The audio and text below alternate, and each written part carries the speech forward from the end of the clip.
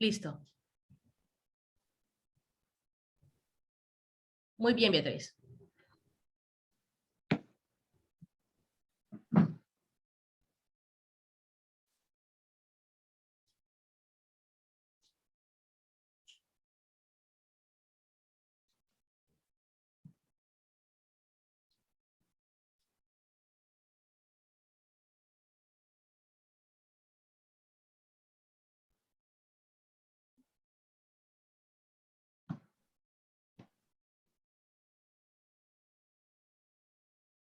Ya estamos, Beatriz, al aire.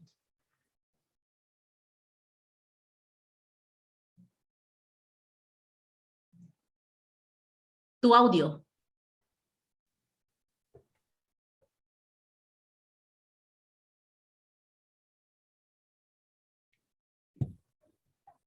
Bueno, gracias a todas las personas que se unen a nuestra tertulia Ser Mujer Hoy. Soy Beatriz Ramírez David, directora internacional de la Comisión de Promoción de Igualdad de Género y Empoderamiento de la Mujer y la Niña del Pacto entre ellas.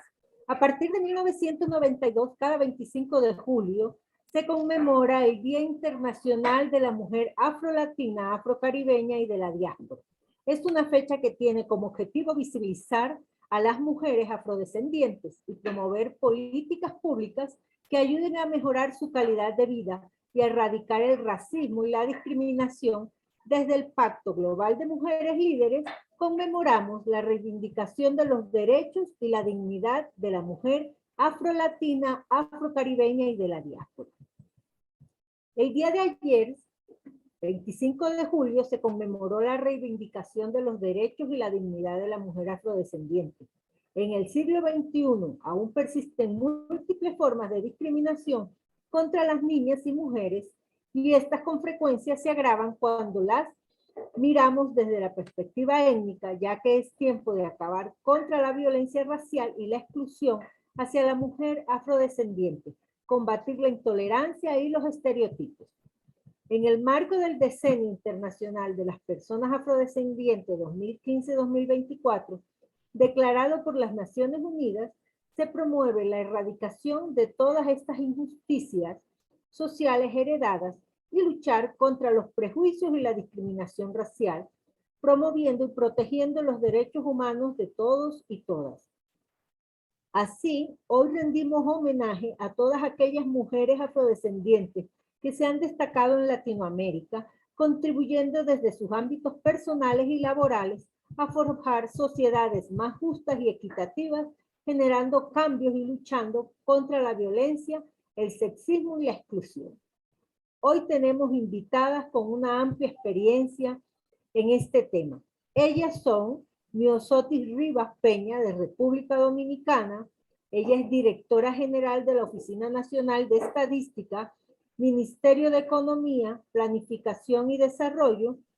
Mireya Per Vázquez, de Panamá, es presidenta de Voces de Mujeres Afrodescendientes en Panamá, coordinadora por Centroamérica de la Red de Mujeres Afro-Latinoamericana, Afrocaribeña y de la Diáspora. Giovanna de León Fernández nos acompaña desde Uruguay. Ella es de la Red Mujeres Afroamericanas, Afrocaribeñas y de la Diáspora, de las Mujeres Solidarias Uruguay-África, Colectiva Mujeres y Colectiva Pitanga, Violencias y Género.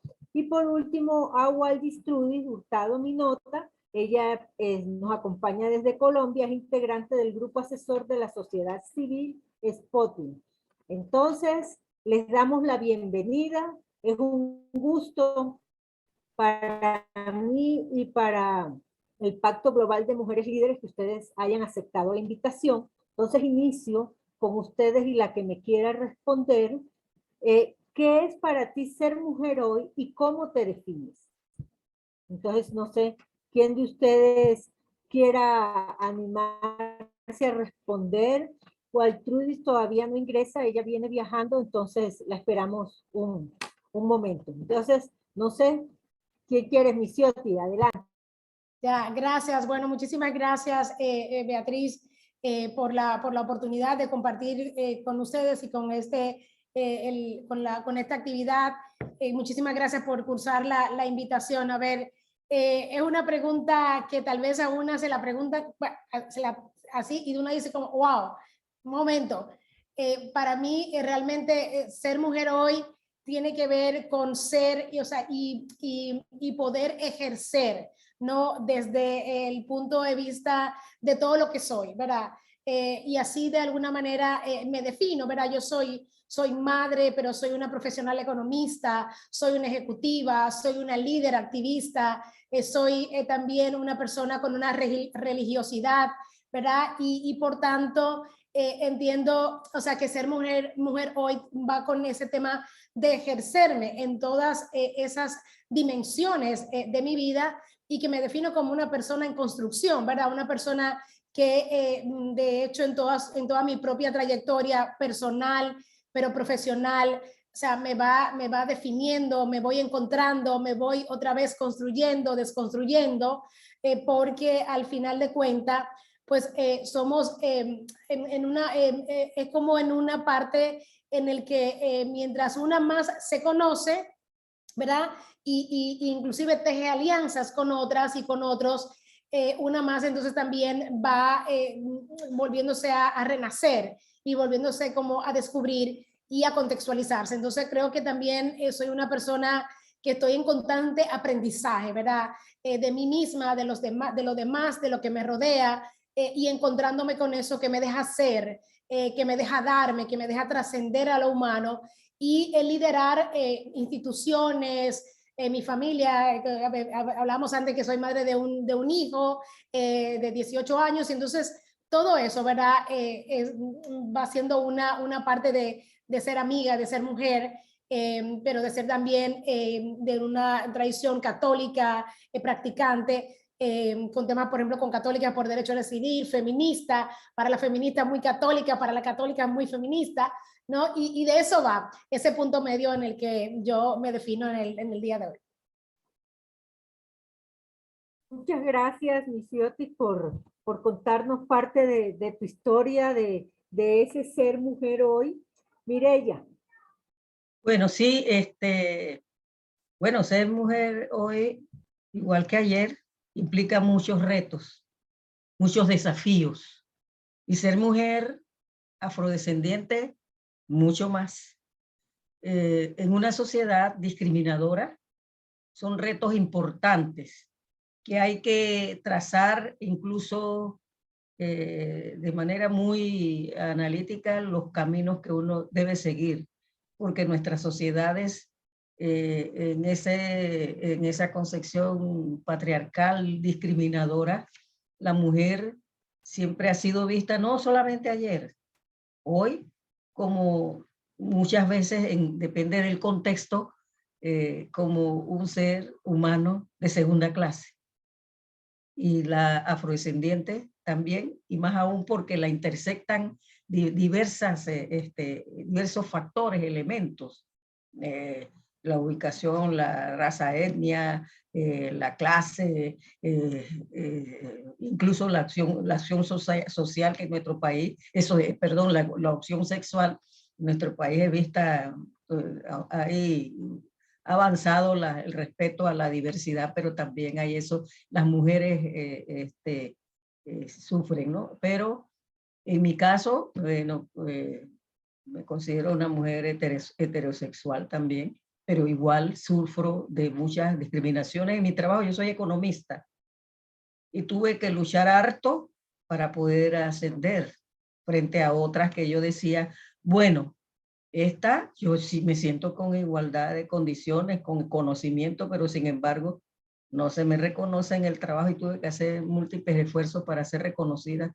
Trabajaba hasta los fines de semana y todavía saliendo de la entidad donde trabajaba, 40 años, después me dijeron que yo valía mucho cuando ya iba saliendo. Imagínense, por ser no solamente afrodescendiente de origen humilde, pero también por ser, por mis opciones políticas, por defensora de derechos humanos también.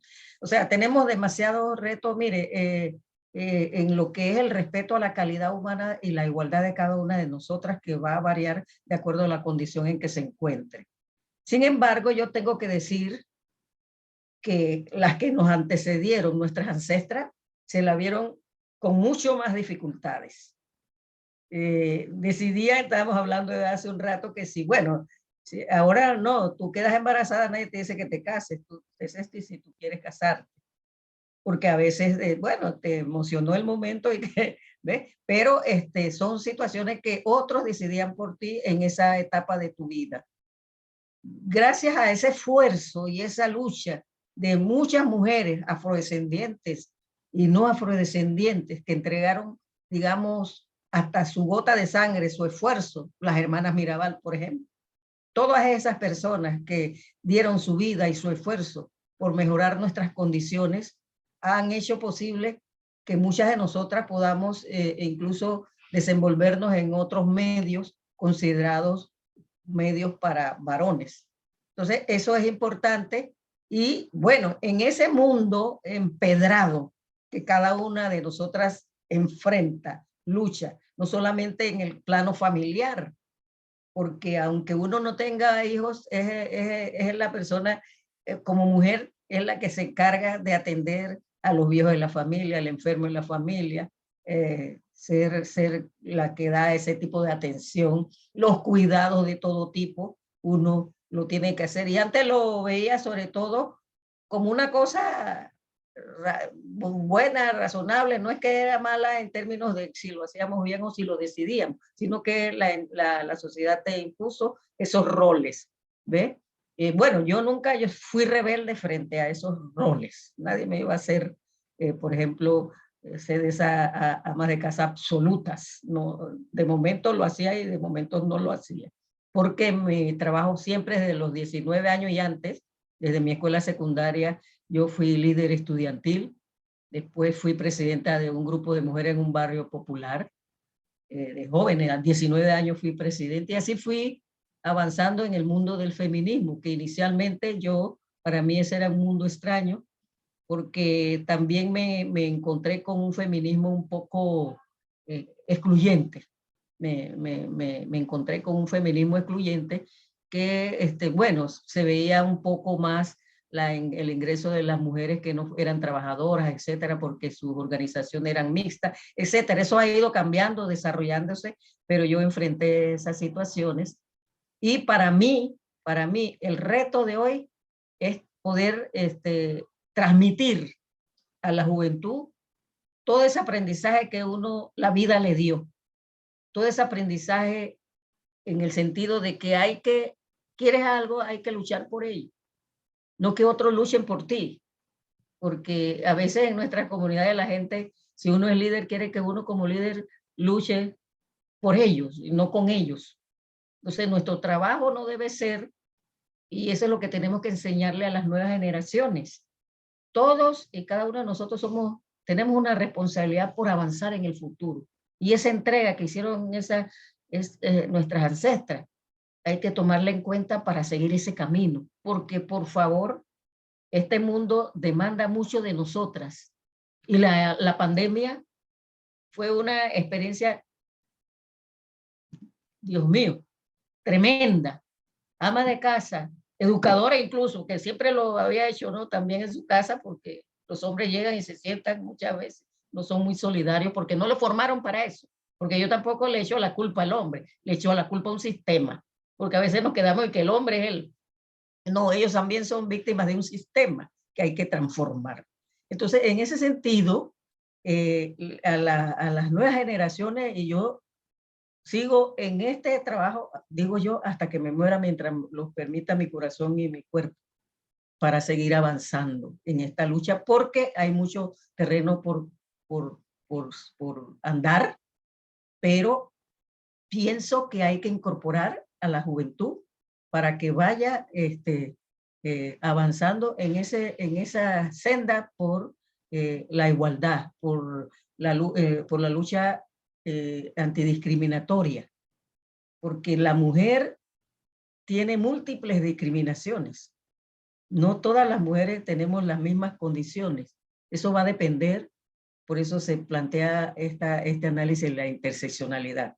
Quedo allí porque, bueno, yo me emociono y voy hablando de todo, pero me siento feliz de haber, desde joven, porque ahora yo veo el mundo con mucha más pausa yo, ¿no? Y puedo entender a la otra persona que opina diferente a mí. Cuando uno es joven, muchas veces cree que va a llevarse el mundo por delante, y no es así. Las piedras son muy altas para nosotros, entonces tenemos que lograr atraer a mucha gente, convencer a mucha gente de que nuestra lucha es una lucha humana, es una lucha, como diría yo, dulce, y como diría la compañera vicepresidenta pronta de Colombia, nuestro hermano de Colombia, deseamos vivir sabroso. Me quedo allí.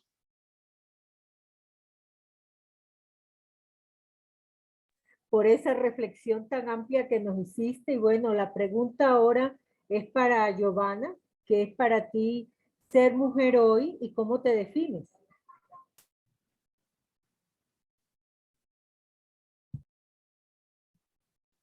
¿Me escuchaste, Giovanna? No podía sacar el micrófono. Bueno, buenas tardes para todas.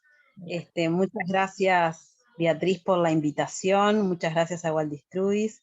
Bueno, un placer compartir con Mireia, compañera de la red. Te mando un saludo, un abrazo. Igual. Mucho gusto, Misiotis, y mucho gusto a Samantha también. Bueno, la verdad que yo soy uruguaya. Me considero una mujer negra, orgullosamente de ser negra. Y bueno, ¿qué es ser mujer hoy en una sociedad racista, en una sociedad que está tan violenta, ¿no?, hacia nosotras las mujeres, y estamos sufriendo cada vez más violencia sobre nuestros cuerpos y cada vez más violencia racial por estas zonas también, con mucho racismo, con mucha discriminación racial? Yo creo que nosotros somos producto, primero, totalmente bendecida de participar de esta instancia, y me considero que soy producto de una construcción de esa lucha que compartían las compañeras, de esas mujeres, nuestras ancestras, nuestras tatarabuelas, esclavas, esclavizadas, que sufrieron la trata transatlántica, que sufrieron toda la esclavitud sobre sus cuerpos, que llegaron a tener hijos libertos, y bueno, de ahí fue todo nuestra generación, toda nuestra familia, toda nuestra descendencia, ¿verdad?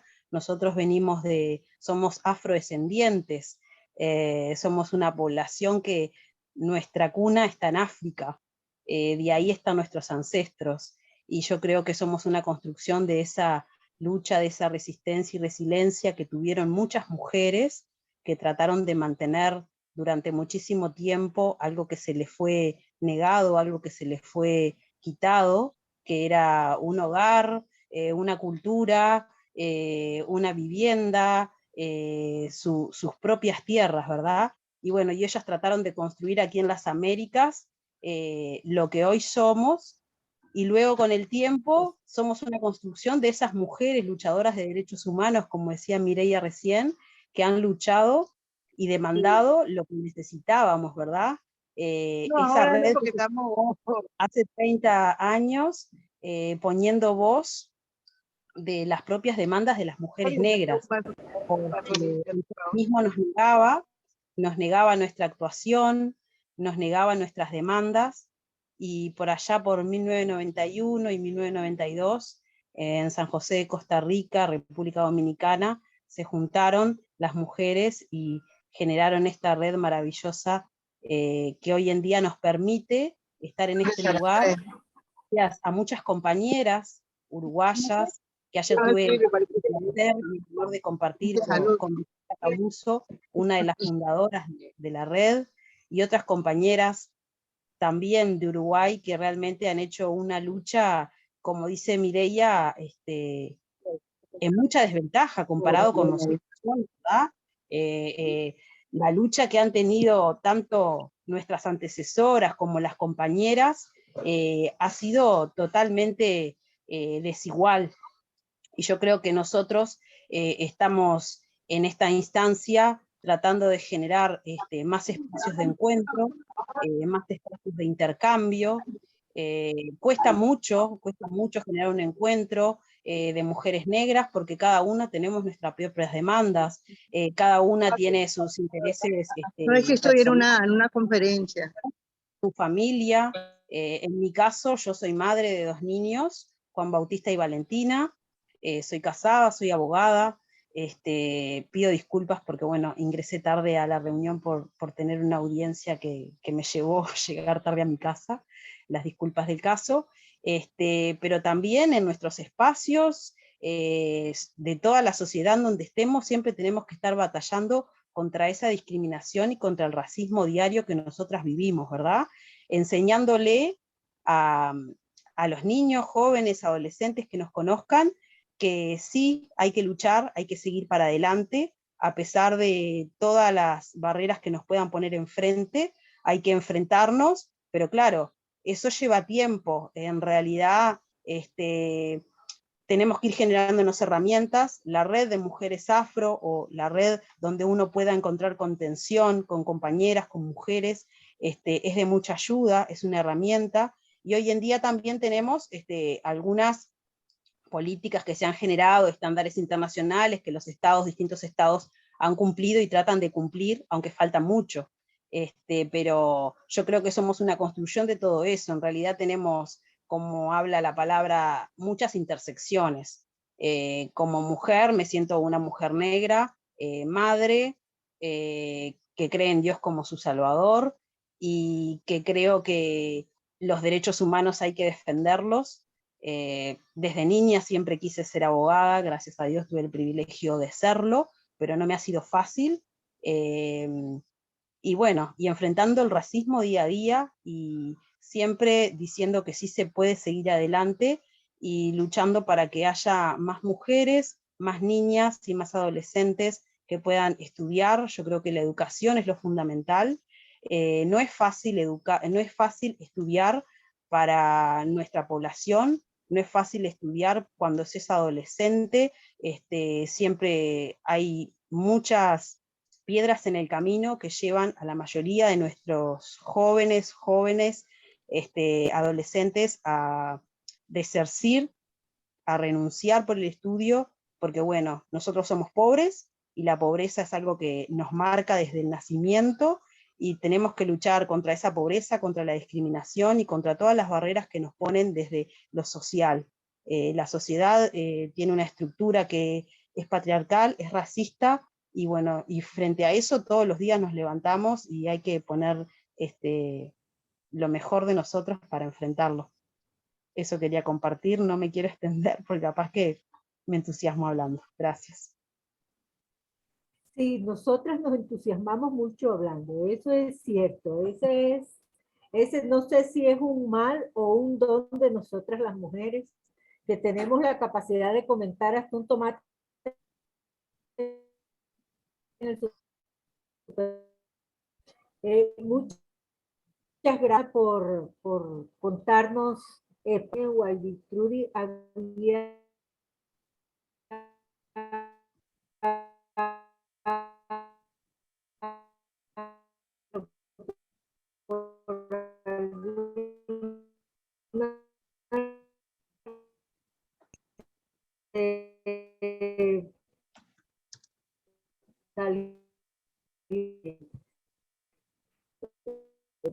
creería que en el 2022 de las mujeres afrolatinas y afrocaribeñas en sus respectivos países.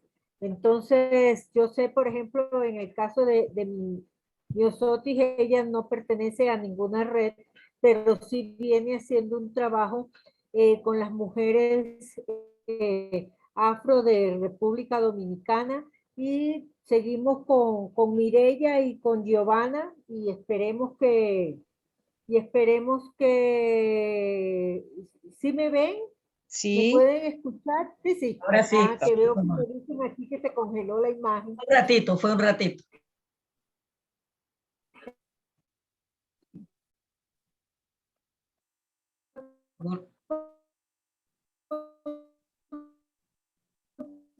Continuamos con Giovanna. ¿Cómo es esa situación actual?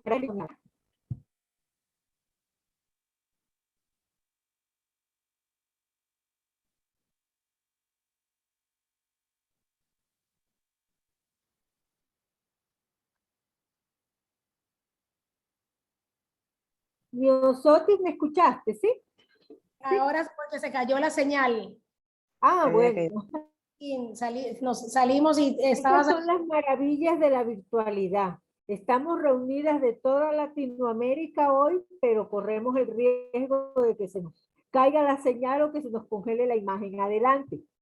Ya, bueno, me imagino que estabas pasando como a la próxima ¿verdad? Pregunta y un poco ahí hablando específicamente de cuál era la situación de las mujeres, sobre todo en República Dominicana, afrolatinas, afrocaribeñas. Mira, yo creo que, a ver, de lo que estoy trabajando y un poco comentabas al principio, yo soy la directora general de la Oficina Nacional de Estadística en la República Dominicana.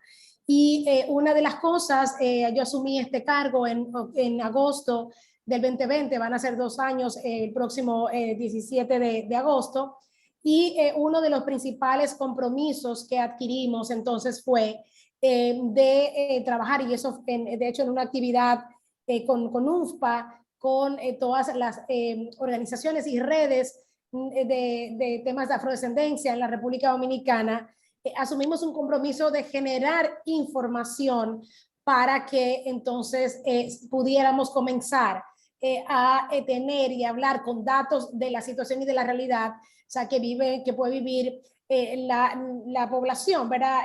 Afrodescendiente en la República Dominicana.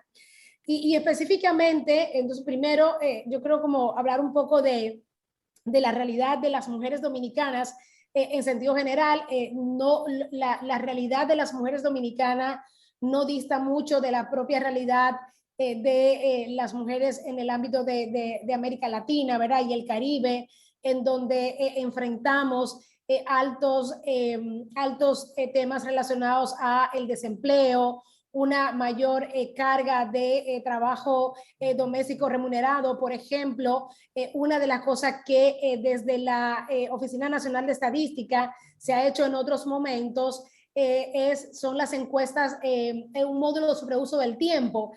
Y lo que nos determinó ese módulo del uso del tiempo en el año 2016 era que las mujeres dominicanas en promedio tenían mayor carga de horas semanales de trabajo no remunerado de 31 horas y pico, ¿verdad? Contra unas 9.6 horas de los hombres, pero que también en realidad otra de las cosas que nos muestran las estadísticas en República Dominicana es de que de un total en la materia de pobreza, la pobreza en República Dominicana tiene rostro de mujer, porque la tasa de pobreza general, un 25.7%, de mujeres y un 21.8% en el caso de los hombres para el año 2021.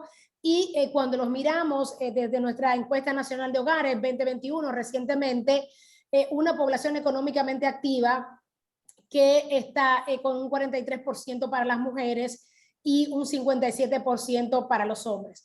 Y luego cuando queremos ver y cuando queremos adentrarnos a temas como relacionados con la violencia, lo que nos da también una encuesta nacional que hicimos de la situación de las mujeres en el tema de violencia, es que tenemos un 52.7% de prevalencia de violencia en el espacio privado, ¿verdad? Un 51.9%, casi 52% en el espacio público, y cómo todo esto se hace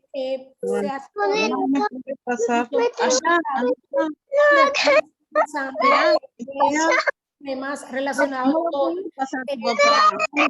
el ámbito de la pareja, el ámbito intrafamiliar, todo el tema del ámbito laboral e inclusive el ámbito comunitario, siempre siendo para la mujer, pues esos espacios como muy cargados de violencia. Pero una de las cosas que nos comprometimos entonces, como les decía, fue comenzar a generar información. En República Dominicana, la variable étnico-racial no se mide desde una forma de esta desde la última vez que se midió por un tema de color fue en el censo del 1981, que más bien fue de nacionalidad, de color fue en el año 1960, y nos comprometimos a que en el 10º Censo Nacional de Población y Vivienda, que va a estar desarrollándose en noviembre de este año, entonces íbamos a incluir todo el tema de la medición étnico-racial, y que como parte de ese compromiso íbamos a hacer una prueba en la encuesta nacional de hogares del 2021 que recientemente hemos finalizado, ¿verdad? A comenzar a publicar en los datos, y que lo que buscábamos era dar respuesta de cómo determinar la población afrodescendiente residente en la República Dominicana a través de la autoidentificación. Y ahí específicamente los temas de investigación eran identificar el número de personas afrodescendientes de acuerdo a su propia autoidentificación, definir el número de personas de acuerdo al grupo racial donde se autoidentifiquen, y luego determinar cuáles son las condiciones de vida y características sociodemográficas basadas en la población afrodescendiente en República Dominicana. Y un poco qué hemos encontrado en los datos. Bueno, que como negro o afrodescendiente, según esta encuesta de hogares 2021 desarrollada por la Oficina Nacional de Estadística, solo un 6.6% se considera negro o afrodescendiente, pero que hay otro un 47.9% que se considera mestizo o indio, que es una clasificación con la que la gente se autorreconoce en la República Dominicana, un 27.5% mulato, un 11.6 blanco, pero que cuando nosotros tomamos la declaración de Durban, ¿verdad? Y lo que define Durban como lo que es afrodescendencia, podríamos decir que un 82% de la población dominicana es afrodescendiente. Cuando hacemos un zoom a la realidad de las mujeres dominicanas, ¿verdad?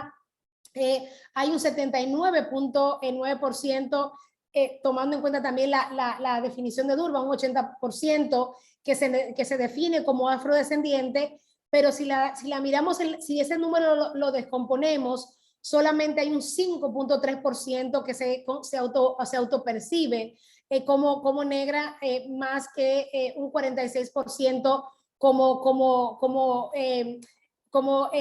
mestiza o india.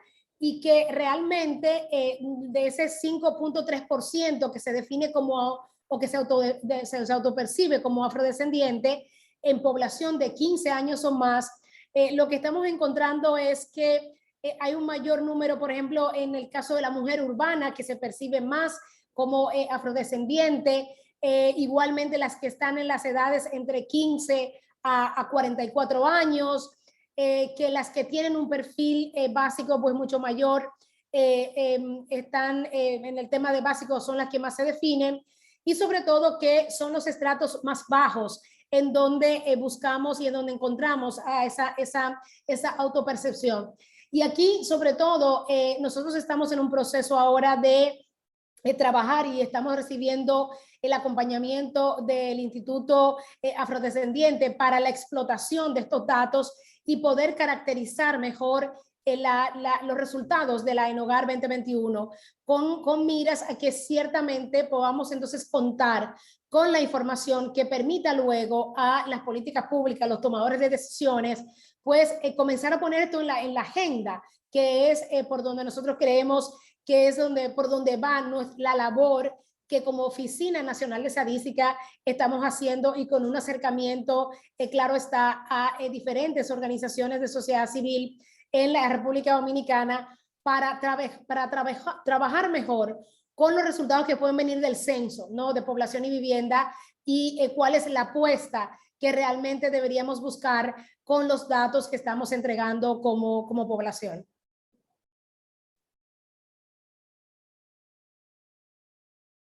Gracias, Miosotis. Bueno, esas estadísticas siempre nos hacen falta mucho en los países, esas estadísticas reales, y eso lo vemos, por ejemplo, en el tema de las violencias contra las mujeres, el tema de los feminicidios. No nos encontramos estadísticas reales dentro de los países, porque en el caso colombiano, por ejemplo, algo es lo que dice Medicina Legal, algo es lo que dice la Policía Nacional, algo es lo que va diciéndonos cada institución. Bueno, te felicito por ese trabajo tan detallado que vienen haciendo ustedes desde la Oficina de Estadísticas. Yo le había dado la palabra a Mireya, pero vamos a darle la palabra a Waltrudis Mireya, a ver si se nos puede presentar qué es para ella ser mujer hoy y quién es Waltrudis, cómo se define. ¿Sí? ¿Estás ahí? Sí, muy buenas tardes. De verdad que Amiga. saludar quiero saludar a todas mis compañeras que están aquí. Beatriz, darte muchísimas las gracias y pedir disculpas también porque pues se juntaron dos actos a la misma hora. Hoy la plataforma de juventud ha tenido a bien hacernos unos reconocimientos a algunas mujeres en Buenaventura. Entonces estamos aquí, llegué corriendo sobre el acto y pues y estábamos tratando de conectarnos un ratico, me hice a un lado para poder dar el saludo y decirte que las mujeres negras, en compañía con todas las mujeres negras afrodescendientes de la región de América Latina, las mujeres de Colombia, estamos en una lucha permanente por la conquista de nuestros derechos y yo creo que acelerando políticas públicas con estrategias territoriales para que esos derechos se puedan convertir en realidad.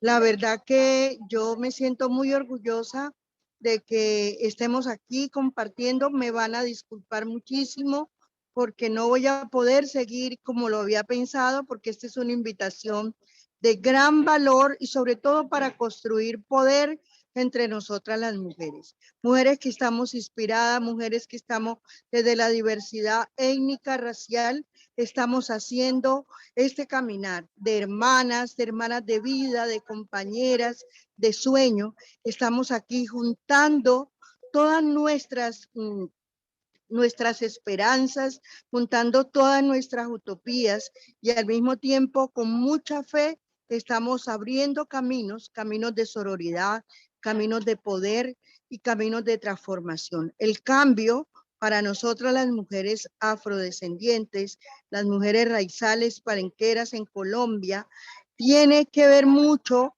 con ese acceso a igualdad de oportunidades, con ese acceso a tener oportunidades de desarrollo en lo público y en lo privado, a tener una amplia participación en lo político como se viene gestando en este momento, que es histórico, a tener una participación en lo económico, reconociendo todo ese saber ancestral que las mujeres hemos venido desarrollando. Y por ende también estamos aquí para seguir construyendo esta ciudadanía con derechos. Muchas gracias, Waltrudis, por todo ese recorrido que nos hiciste por Latinoamérica y por Colombia. Y bueno, felicitaciones por ese reconocimiento merecido que te están haciendo hoy. Y gracias a ti por hacerme el contacto para poder invitar a todas estas mujeres maravillosas de Latinoamérica que están haciendo una gran labor. Entonces, te abrazamos y bueno, nuevamente felicitaciones. Y qué frase inspiradora, porque yo sé que te nos vas, le dejas a esas mujeres y a esas niñas que nos escuchan. La frase inspiradora para todas mis compañeras y sobre todo para estas mujeres que siguen, estas niñas, estas jóvenes, porque esta es una posta que vamos haciendo relevo. Hoy nosotros recibimos la de nuestras ancestras, de todas estas mujeres que en la diversidad han luchado por derechos. Y hoy nosotros también estamos entregando, somos ese referente para todas estas jóvenes y estas mujeres que también están cortando los caminos para seguir acelerar más rápido. Mi frase inspiradora es inspiración colectiva. Inspiración colectiva para trascender con luz y poder y para generar el cambio. El cambio es posible si lo hacemos con amor y resiliencia. Un abrazo para Mireya, para nuestra compañera de República Dominicana, para Giovanna de Uruguay y para todas las mujeres de Colombia que hoy están siguiendo este maravilloso programa. Esta tertulia es maravillosa, Beatriz, como te lo he expresado, y tú estás haciendo país, estás haciendo región, estás construyendo ciudadanía en derecho con todas las mujeres con las mujeres en su diversidad. Aquí estamos.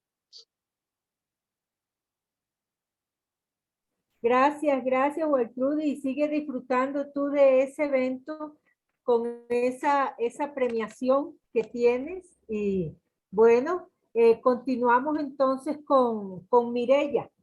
Cuéntanos, Mireya, esa situación de las mujeres hoy en Panamá. Y ahora Sí, bueno, que tenía que decir que definitivamente en Panamá la pobreza no solamente tiene cara de mujer, sino de mujer afrodescendiente.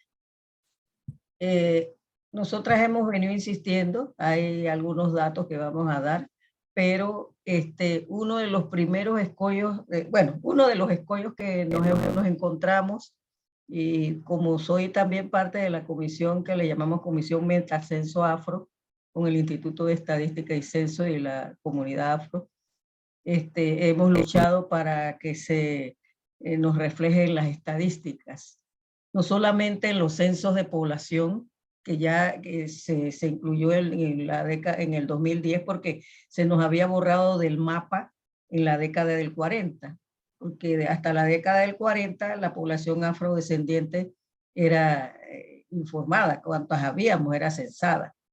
Y resulta que por las corrientes de esa época eurocentristas, del fascismo, del racismo, y estaban muy cimentadas en nuestro territorio, y muchos de nuestros territorios se nos eliminó de los censos. ¿Por qué? Porque los censos decían que éramos más del 50% y no querían ver muchos negros en el país porque no les convenía con la opinión mundial europea. Entonces, en la estadística no estábamos contados ni reflejados. Producto de un esfuerzo de lucha, esto se logró en el 2010 que se incluyera, pero con mucha resistencia de los organismos, la gente responsable de esos organismos. Y que dio como resultado que en el censo del 2010, que tuvo muy empedrado ese censo, aparecemos que éramos el 9% de la población. Si ustedes vienen a Panamá y se encuentran a la población, saben que eso no es así. Negro, sabemos bastante. Uno más claro, otros menos claro, pero somos afrodescendientes. Entonces, se ha ido trabajando y en esas comisiones se ha logrado hacer censos experimentales y bueno, ya la cifra va por el 24%. Este año se va a hacer el censo. Bueno, otra lucha que hemos planteado es las estadísticas, los informes administrativos. Es que en las entidades, aunque se dice que lo van a hacer, pero no hay un protocolo obligatorio para que los hechos que ocurren tanto en salud, los casos de violencia. Mire, la violencia está aumentando en Panamá tremendamente. Hay muchas muertas y desaparecidas. Ahorita hay creo que 17 desaparecidas que no se sabe dónde están. Y algunas de esas, para no ser muchas porque no sería correcto decir que son, pero siempre lo es, por lo que significa la población aquí en Panamá, algunas han aparecido muertas y muchas son afrodescendientes, y lo podemos sacar los datos a través de la información que sale en los medios de comunicación, y así trabajamos. Sin embargo, hemos logrado algunas informaciones que han sido estudios realizados por el Banco Mundial y también con el apoyo de UNPA y la Red de Mujeres Afro-Latinoamericanas, que sobre todo ese último informe tiene que ver con la violencia, ¿no? El primer caso que señala el BID es que las mujeres en Panamá, las mujeres afrodescendientes, por ejemplo, nosotros somos más, en términos generales, las mujeres somos más de la población, sí, somos menos de la población, somos el 50% más o menos, ¿no? 49 puntos tanto y los hombres 51. Y de esa población, un alto porcentaje somos afrodescendientes, ¿no? Ahora se habla del 24%, producto de la labor que hemos hecho hicimos en nuestra organización también una campaña de Soy Afro y Cuento también, y varias organizaciones hicieron campaña porque producto de la discriminación la gente se consideraba moreno o todo menos negro, ¿no? Porque eso significaba ser sujeto de racismo, ¿no? que tuvieron que cambiarse hasta los apellidos, pero no es el momento hoy para hablar de eso, pero eso son realidades que hemos vivido. Y en el caso del empleo, por ejemplo, el ingreso, de la escala de los ingresos, la mujer afrodescendientes recibe ingresos un 10% menor que el de la mujer que no es afrodescendiente, exceptuando la indígena, ¿no? Que está en situaciones terribles. Con el resto de la población no afrodescendiente, la mujer afrodescendiente recibe en un 10% salarios menores que la mujer en general. Pero además, con respecto a los hombres, y el hombre afrodescendiente recibe en salario un 21% menor que el de los hombres. Entonces, estamos en materia de ingresos salariales en el último escalón. Y si vamos señalando, la mayoría, el 81% de la labor que realiza la mujer afrodescendiente, que tiene al menos un empleo, lo realiza en trabajo doméstico, en la función de servicio, lavadora, en los hospitales, actividades de bajos salarios. Entonces, esas son situaciones que vivimos en nuestro país, que muchas veces ha tenido, incluso antes de la pandemia, un crecimiento del 10, 11%, 10%. Por eso cuando nosotros discutimos que la discusión a veces la quieren llevar al crecimiento en Panamá, ya no es el problema del crecimiento, es la distribución de los panes, ¿no? Y para los afrodescendientes, la población afrodescendiente está con altos desempleos y son los que más ocupan el sector de las economías informales. Y ahora le quieren poner otro nombre, que todo el mundo es informal, que un abogado es informal. Y entonces, no, en realidad el concepto originario de la informalidad es que tú realizas esas actividades sobre todo para la subsistencia. Claro, si a ti te va bien, vendes mal, educas a tus hijos, etc. Y ahora en la pandemia, yo salgo de mi casa y es una fila de villorrios que le decimos que ahí te venden el plátano, el huevo, que no sé qué, la sopita, para poder subsistir porque se ha perdido la mayoría de los salarios.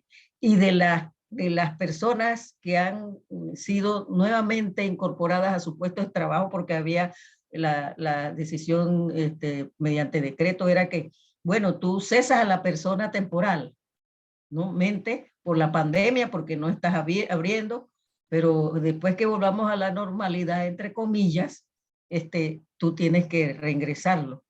Pero de 3 personas que han ido ingresando a sus puestos de trabajo, una solamente es mujer. Entonces, eso es una realidad en términos de las cifras estadísticas. En el caso de la pobreza, la mujer afrodescendiente tiene los más altos índices de pobreza. ¿Y la pobreza qué significa? Son factores que impiden que tú tengas igualdad, que tengas calidad de vida, que seas considerada como una persona con dignidad. Porque a veces hasta para la sobrevivencia muchas veces se puede perder hasta la dignidad. Entonces son situaciones de vida que vive. ¿Y qué ocurre? Otro aspecto es en el asunto de los servicios de salud. La mayoría de las mujeres afrodescendientes no tienen acceso a los servicios de salud, por lo menos del Estado. Yo pago un montón de plata en los servicios de salud de la Caja de Seguro Social, pero no me puedo atender ahí, porque es crítico conseguir una cita médica. Y si tú estás enfermo hoy, te la dan para dentro de un mes. ¿Cómo te vas si te mueres hoy? Entonces, en el caso de la atención ¿cómo se llama? De los partos, los derechos sexuales y reproductivos, también tenemos limitaciones para el acceso de calidad a los derechos sexuales y reproductivos. En el caso, por ejemplo, más visible de la pandemia, porque a veces no son visibles porque tú de pronto puedes ir y resulta que la mujer no tenía acceso a esos servicios, o si los había era en condiciones de riesgo por la pandemia. La pandemia lo que hizo es reflejar una crisis existente en cada uno de nuestros países, porque yo estoy bastante segura, porque lo he conocido en informes de otros países, que a esas situaciones se dan. en América Latina, la población afrodescendiente es la que más está en condiciones de pobreza, independientemente de su nivel educativo, ¿eh? Como todas las mujeres, pero hace un rato le señalaba que las situaciones nos atraviesan de diversas formas, ¿no? Y nos atraviesan por las condiciones, por la raza, por una serie de factores. Otro aspecto es la sexualización de nuestro cuerpo. Hay violaciones, hay vejaciones, y nosotras decimos, bueno, ahora ya tú te vas a algún lado y entonces te sacas más glúteos, para decir una frase, ¿no? Ahora eso es, ¿no? Porque no, a todas las mujeres nos sexualizan, ¿no? Y entonces para estar en el top del momento, entonces tienes que cambiarte ¿cómo se llama? Tu cuerpo. Entonces, todas esas situaciones en Panamá, y tengo que decirlo porque he tenido que expresarlo en otros países a través de la red, las condiciones son bastante similares. Por ejemplo, ahora yo estaba en Guatemala y las cosas que se decían, digo, oye, es una fotografía con algunas variantes. Me imagino que en Colombia también, en Uruguay también, en Dominicana también. La racialización de los derechos. Si tú no tienes, si no se te reconocen tus derechos, porque nosotras, las mujeres y los hombres, en el mundo somos sujetos de derecho. Y el hecho que no se te considere para el empleo, para la educación, con igualdad de derechos, esa es una expresión profunda del racismo estructural que aún está latente en cada una de nuestras estructuras. La forma y la visión colonial está en cada una de nuestras estructuras. Por eso cuando uno se va a las estadísticas, un poco que uno se encoleriza.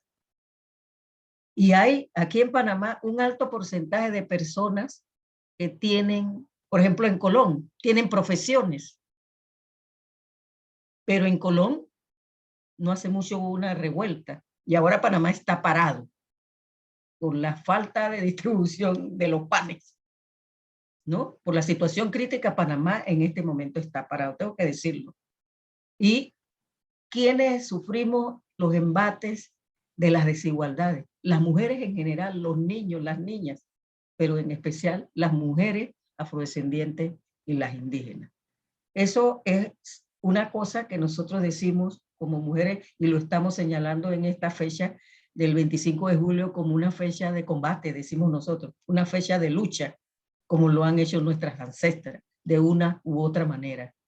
Hemos obtenido logros, sí, pero falta mucho. Otra parte que no sé si viene adelante, si me para, si no es así, es sobre las políticas públicas. Es decir, en nuestros países hay una forma de ver las políticas públicas y de diseñar las políticas públicas, sin considerar al sujeto al cual se va a dedicar esa política pública. Y por eso se señala que para poder tú resolver la problemática de la población, tienes que conocer a la población. Y no puedes hacer decretos de política pública o recetas de políticas públicas. Tienes que conocer a esa población. Y eso es lo que pasa con la población afrodescendiente, porque nos consideran personas en estado de vulnerabilidad. Ni siquiera nos dicen que somos afrodescendientes. Y nosotras nos oponemos porque no somos vulnerables. Hemos resistido y luchado desde el tiempo de la colonia contra el esclavismo. ¿Qué vulnerabilidad? Hemos sido resistentes. No somos vulnerables, somos olvidadas en la repartición, en la política pública. Políticas públicas que lo hace el dador de políticas públicas de un nivel de decreto allá en las oficinas refrigeradas, pero sin considerar qué es lo que requiere la población y cuáles son las realidades y las intersecciones que cruzan y que atraviesan a la mujer afrodescendiente y a la mujer en general. Quería decir eso, pues, porque si no sigo como hasta no sé qué hora. Gracias. Gracias, Mireya, te nos adelantaste a la pregunta de las políticas públicas. Bueno, ahora con Giovanna, esa situación de esas mujeres en Uruguay pero tú perteneces a una organización que son mujeres aliadas de mujeres de Uruguay y de África. Cuéntanos un poco en qué consiste ese trabajo y esa alianza, porque pareciera uno que ve Uruguay aquí y África por allá y están lejísimos. ¿Cómo funciona esa alianza en la que tú estás? Bueno, bien, primero, como para posicionar la realidad de las mujeres aquí en mi país, como decía al inicio hoy de mi ponencia, nos encontramos violentadas. Nos encontramos con un crecimiento exponencial de la violencia hacia las mujeres, hacia el cuerpo de las mujeres, niñas y adolescentes. Nos encontramos con un crecimiento de femicidios, que en lo que va del año es impresionante la cantidad de casos que ha habido de femicidios y de infanticidios, para que ustedes vean realmente la violencia de nuestra sociedad y por lo que están pasando muchas compañeras y muchas mujeres dentro de sus hogares, lo que muestra y es consecuencia de la pandemia, una pandemia en la cual el Estado uruguayo mandó quedarse en casa, y ese encierro en las propias casas llevó a un crecimiento impresionante de la violencia, llevó a un recrudecimiento de las formas de las muertes hacia las mujeres. No quiero detallar mucho, pero realmente han sido formas muy groseras, que uno dice cómo un ser humano puede causarle tanto mal a otro. Y bueno, y tenemos muchos casos de femicidio e infanticidio. Bueno, con respecto a la pregunta que tú me haces, mujeres uruguayas solidarias, Uruguay-África, lo hemos formado porque aquí en Uruguay estamos teniendo un gran crecimiento de la migración. Estamos teniendo desde hace muchos años muchos migrantes afroamericanos o afrodescendientes, pero estamos teniendo muchos migrantes africanos en nuestro país. Personas que están viniendo desde África, nacidos en África y se están viniendo y se están trasladando aquí a Uruguay, así como tenemos también como colonias o barrios de personas afro de República Dominicana o de Cuba. Tenemos mucha población afrodiaspórica, diríamos, ¿verdad? Porque somos todos partes de África, y en estos momentos estamos teniendo muchas personas que vienen directamente de África. Entonces, bueno, nuestro objetivo es, con las compañeras, el ayudarnos, el ser solidarios y el tratar de, al ser mujeres, trabajar en conjunto. Nosotros ahora estamos en una etapa donde, por ejemplo, se están haciendo almohadones con tela africana, y bueno, y se trata de ese encuentro, de ese intercambio rico entre mujeres con culturas que en algo son igual, pero también son muy diferentes, y de eso se trata de aprender y tratar de ayudarnos también unas a otras en la dificultad y en el aprendizaje. También tenemos muchas barreras acá en Uruguay que lo sufrimos nosotros como uruguayos, ciudadanos, pero ellos tienen a esas barreras raciales, a esas barreras sociales y culturales, tienen una barrera que es el idioma. Tenemos muchos africanos que hablan francés o inglés y se encuentran al momento de un trabajo la dificultad del idioma porque aquí hablamos el español. Aparte de enfrentarse con la barrera racial, porque estamos hablando, y es de público conocimiento, que el Uruguay se ha creado sobre esa base de la Suiza de América, se ha creado sobre esa base de que población afro, no hay población negra. Bueno, si nosotros somos, de acuerdo al censo del año 2011, somos el 8% de la población, pero bueno, sabemos desde la sociedad civil que ese censo no se hizo de la manera que hubiésemos querido, y faltaba la autoidentificación de mucha población. Hoy en día, por la encuesta continua de hogares que se ha hecho, últimamente, seríamos un 12, un 13%. Y se está preparando el trabajo para el censo del año 2023, que ahí esperemos que arroje realmente la cantidad de población afrodescendiente que tenemos en nuestro país, porque se deben hacer las preguntas dentro del censo de manera correcta para que una persona pueda identificarse como es. Entonces hay muchas cosas en el censo que habría que modificar, y en eso se está trabajando para realmente poder llegar a tener los datos que realmente sean significativos y nos lleven esos datos a visibilizar la realidad de nuestra población. Nosotros ahora tenemos, a veces se dice por acá, que parece que las personas negras o afro existen ahora. Por ejemplo, me ha pasado a mí y a muchas compañeras que me preguntan de qué país soy.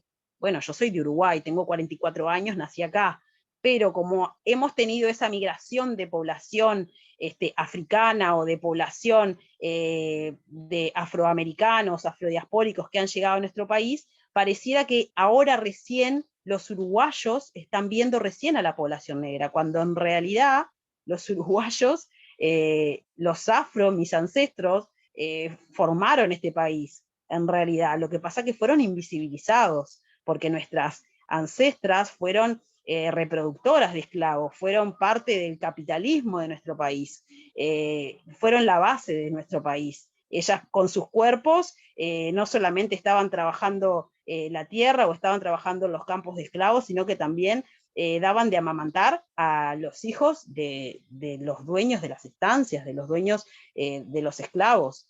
Entonces, desde ahí nosotros estamos. El tema es que hemos sido borrados de la historia. Como dicen las feministas decoloniales, Oji Curiel, o Zully Carneiro, hay que escribir de nuevo la historia, hay que contar de nuevo la historia, ¿verdad? Y de eso creo que en esta etapa estamos. Muchas de las mujeres de acá de Uruguay y de América y de la región y del Caribe y de la diáspora, por tratar de contar realmente la historia que necesitamos, porque estamos de hace más de 500 años, pero hemos sido desdibujados de la historia. Y como para ir y no extenderme, compartía lo que dicen las compañeras. Yo creo que la realidad de la mujer negra, afroamericana, afrodescendiente, afrodiaspórica, afrocaribeña, no se escapa. Yo creo que todas estamos dentro de la misma inmersión de la pobreza. Tenemos pobreza o hasta datos de indigencia también. Ay, discúlpenme un segundito, esperen un poquitito. Bauti, por favor, Bautista.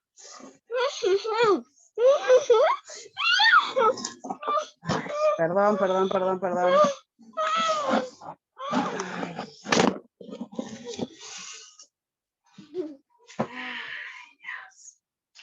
Bueno. Son nuestros niños Estas pequeños. cosas que nos pasan a las madres. Sí. Disculpen. Me perdí en lo que estaba, pero bueno, estaba compartiendo de que en América no nos escapamos de la realidad, de las situaciones de las mujeres afro, ¿verdad?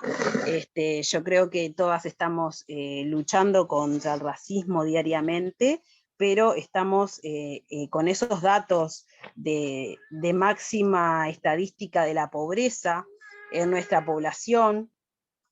En el Uruguay, por ejemplo, tenemos, yo no sé si me están viendo, creo que no, porque tuve que, a ver, disculpen la interrupción. Los temas de cuidado a veces nos llevan a estos detalles, les pido disculpas. Bueno, me desconcentró. Bien. Sigo con lo que me estoy recordando del tema de la pobreza.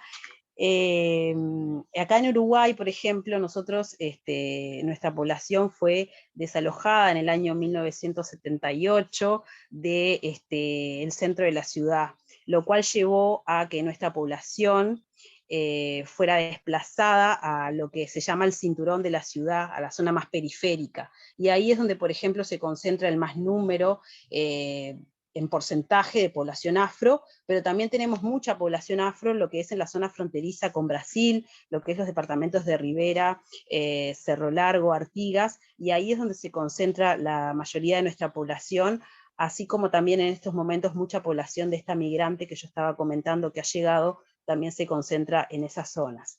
En cuanto a los números de pobreza, los datos que se han realizado, trabajos por UNFA, post-pandémicos, la pandemia es de público conocimiento que nos ha perjudicado a toda la sociedad y a la población negra nos ha dejado en una desventaja mayor donde las brechas de igualdad se han ampliado y donde ha sido mucha dificultad porque ha habido un desempleo enorme, ha habido mucho seguro de desempleo, pero también ha crecido el trabajo informal, donde muchas personas que estaban en trabajo informal en plena pandemia perdieron sus trabajos y se quedaron sin ningún beneficio, sin ninguna cobertura de seguridad social.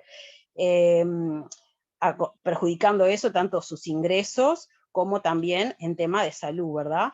Y estos datos de UNFA arrojan que, por ejemplo, desde 0 a 5 años, el porcentaje de pobreza de nuestra población afro es más o menos de un porcentaje de 12% más que los niños no afro. Y más o menos ese porcentaje va de 12 a 14%, y para la población afro somos más pobres nosotros en un 12-14% que los no afro, así en todas las escalas y etapas de nuestra vida.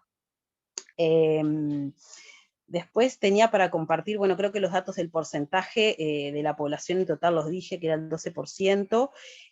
La pobreza también, tenemos los datos de indigencia, 5 niños frente a 5 pueden ser indigentes en nuestro país. Estamos hablando que es la etapa principal para nuestros hijos, para nuestros niños, donde tienen que tener los mejores cuidados, porque es lo básico para un buen crecimiento y desarrollo pleno a futuro. Y bueno, y aquí en Uruguay tenemos muchos más niños pobres e indigentes afrodescendientes. Como decían hoy, la pobreza está pintada de color afro, la pobreza y la infancia en nuestro país está pintada de color afrodescendiente. Y bueno, y esos efectos diferenciales de la pandemia que nos perjudican y nos generan desventajas, generan muchas dificultades en nuestra población para los accesos, ¿verdad? A lo que es el tener un acceso a una vivienda digna y de calidad, con condiciones básicas, ¿no? Como ser, bueno, agua potable, como ser, no estar en un asentamiento. Acá en nuestro país tenemos muchos asentamientos en la zona periférica, los cinturones de la ciudad, y bueno, y ahí es donde se concentra el máximo de la población afrodescendiente. También tienen dificultades en el acceso a la educación, que era lo que compartía hoy, porque, bueno, se comienza a estudiar en la etapa primaria, pero no se llega a lo que es la secundaria, empieza la deserción estudiantil a partir de la etapa liceal, del primer ciclo liceal, bueno, y eso es consecuencia de o tener que salir a trabajar para ayudar a papá o mamá, o tener que quedarme en casa para cuidar a mi hermano, a mi hermana, a mi prima, o no tener una contención familiar porque, bueno, toda la estructura está trabajando, o porque tenemos hogares monoparentales donde la mujer negra es la que pilar de la familia y es la que lleva adelante esa familia, y esa mujer es la que tiene que estar trabajando largas horas fuera de su hogar, y a veces eso le perjudica en el crecimiento o educación de sus propios hijos, que bueno, tenemos un alto crecimiento en nuestro país del consumo de droga, todo tipo de drogas, con la pasta base, o qué es lo que está haciendo destrozos en muchas de las familias de nuestro país, y bueno, y es una consecuencia también de este perjuicio que genera en la sociedad. También en cuanto a las dificultades de acceso, para las mujeres negras tenemos dificultades de acceso a unos derechos sexuales y reproductivos de calidad. Nosotros aquí, desde la sociedad civil, se está luchando por que se incluya la variable étnica racial en todos los centros de salud, porque no se incluye. Cuesta introducir nuestra variable étnica racial, algunos organismos, algunas dependencias lo tienen, otros no, y en los centros de salud para nosotros es fundamental, porque bueno, sabemos que en los datos estadísticos nuestras jóvenes son madres a más temprana edad que una joven blanca.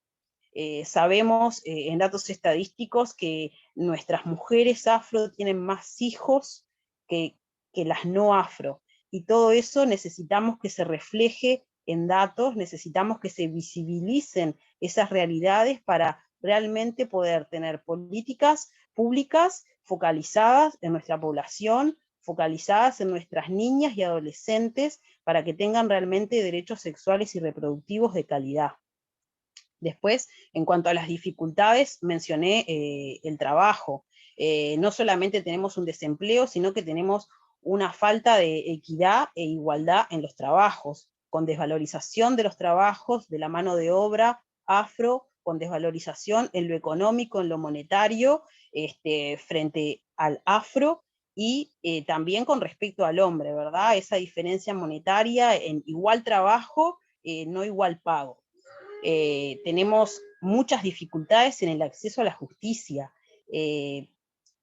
Lo primero que hay que tener es, hay que saber que se tienen los derechos, y a veces hay mucha población que no tiene el acceso a la justicia, y no solo eso, sino que no tiene el acceso o las condiciones para poder acceder a los organismos o a las dependencias estatales que podrían brindarle una contención o una guía de recursos para decirle a dónde asistir o a dónde hay un centro de justicia. En Uruguay, la mayoría de los juzgados se centran en la capital del país o en las capitales de los departamentos, siendo las zonas rurales mucho más dificultoso el acceso en lo que es el interior del país, el interior profundo.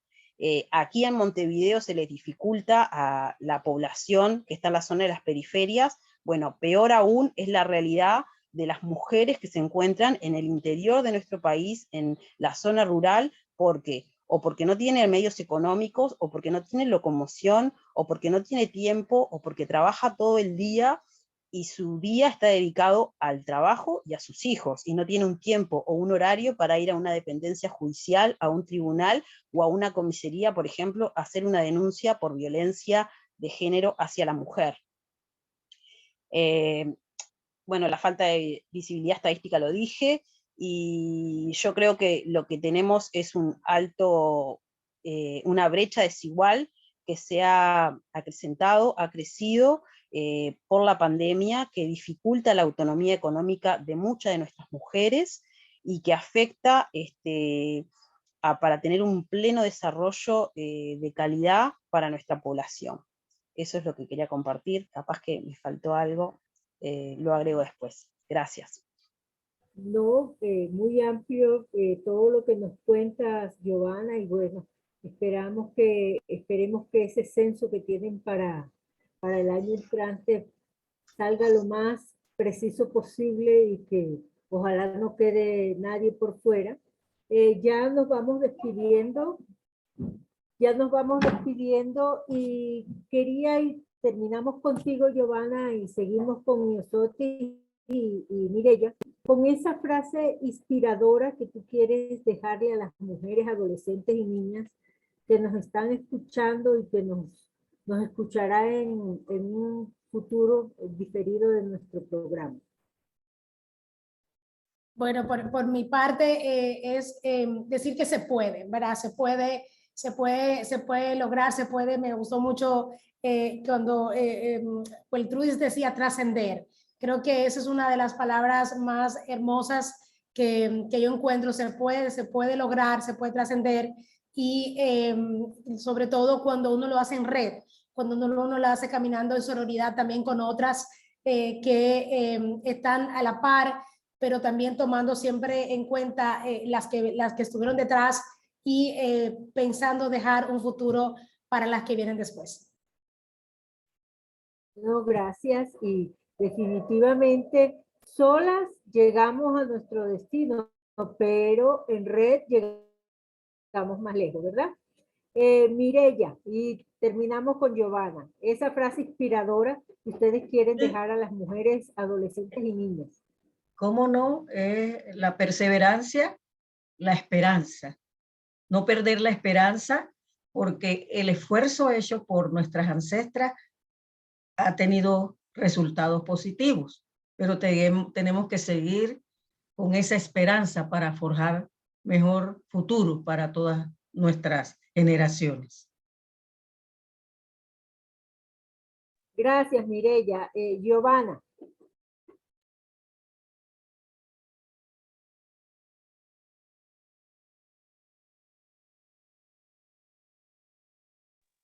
Disculpen, tenía el micrófono apagado por si mi hijo le daba otra. Bueno, quería compartir, considero que sí, como decía Miosotis, estoy de acuerdo con ella, yo creo que sí se puede, que ese es el primer mensaje que hay que dejarle a los niños, niñas y adolescentes,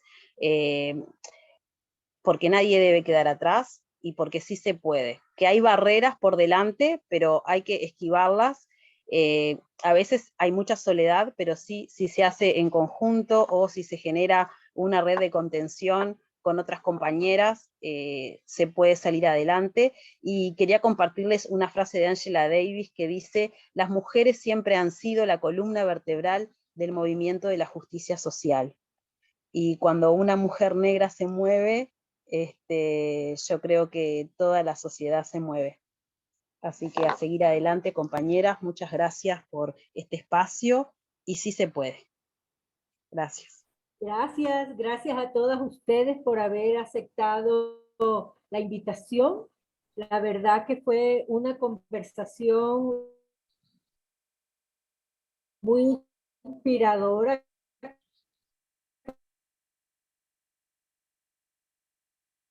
Niñas y adolescentes hoy están viendo a estas mujeres, sentan a esas mujeres. Ahora, definitivamente se dan cuenta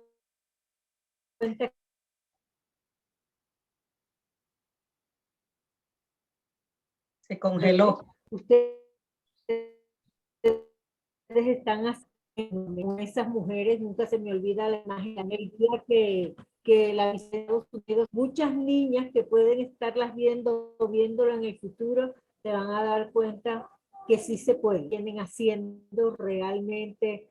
Admiro mucho esos trabajos en red, son los trabajos que dejan frutos realmente, no una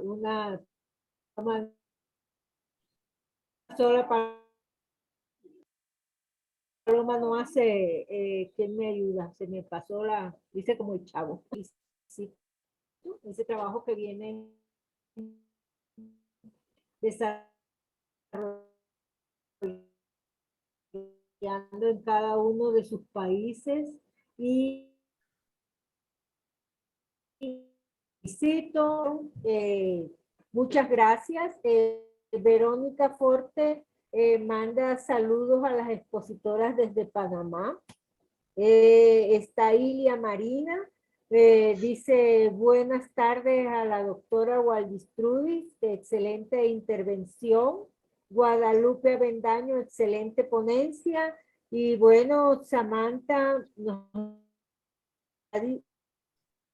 nos felicita por siempre tener temas diversos donde aprendemos más de los retos y ópticas de vida. Entonces,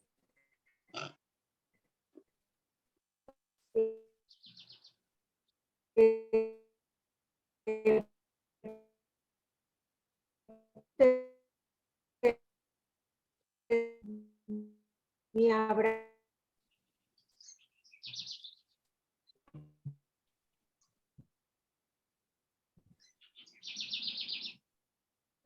y bueno,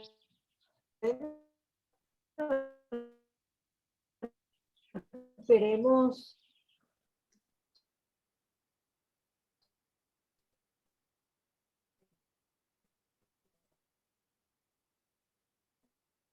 que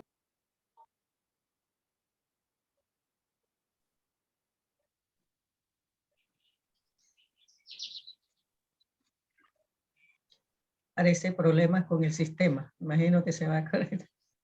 Ay, está Waldi. Buenas, Waldi, ¿cómo estás? Bueno, yo la Llegaste verdad bien, que, Waldi, llegaste bien. o sea, de verdad que quiero darles un abrazo muy grande a mis compañeras, mis hermanas, Giovanna, Mireya, a mi compañera de viaje, ¿sí? A nuestra compañera de República Dominicana. De verdad que este diálogo, me hubiese gustado estar allí como lo habíamos programado, pero bueno, son las cosas de la vida. Hoy me informaron prácticamente en el día de ayer, pues como estábamos por fuera, no había visto los mensajes. Tenía una condecoración hoy con otras mujeres, así que esta mañana ya llegué casi un poco sobre el tiempo, pero llegamos muy bonito el acto y finalmente uno dice, vale la pena todo este trabajo que se viene haciendo, vale la pena este caminar, no importa el cansancio, pero aquí estamos generando como esas oportunidades, como he venido escuchando mucho a Giovanna, es lo que le estamos dejando a estos niños, a estas niñas y estos jóvenes, y como lo está manifestando también nuestras dos compañeras, Mireya, que lo ha estado diciendo muy clarito, es cómo brindar esas oportunidades a ese pueblo panameño, a ese pueblo también de República Dominicana, cómo eliminar esas múltiples violencias, esa violación sistemática de los derechos y sobre todo hacia la población afrodescendiente y de la diáspora. Entonces, de verdad, agradecerle mucho a nuestra compañera de Colombia, a Beatriz por su permanente, como se dice, motivación y ser una persona muy inquieta en esta construcción de derechos para que ninguna mujer se quede atrás. Y yo creo que con todo esto estamos generando esas oportunidades, rompiendo esas barreras y eliminando esos múltiples imaginarios, utopías que hay de que las mujeres no podemos avanzar, no podemos gobernar, no podemos estar empoderadas económicamente, las estamos eliminando porque somos mujeres desde una concepción de derechos, mujeres con ciudadanía plena, que necesitamos es políticas públicas, pero para llegar a esas políticas públicas necesitamos nuestro liderazgo visible políticamente. Bueno, un abrazo, las quiero mucho y nos seguimos encontrando próximamente. Un fuerte Claro que abrazo, sí. Waldi. Muchas gracias por la Bueno, que estén invitación. bien. Gracias a Beatriz. Abrazo. Misiotti, saludos para tu país. Un Encantada de abrazo. conocerlas.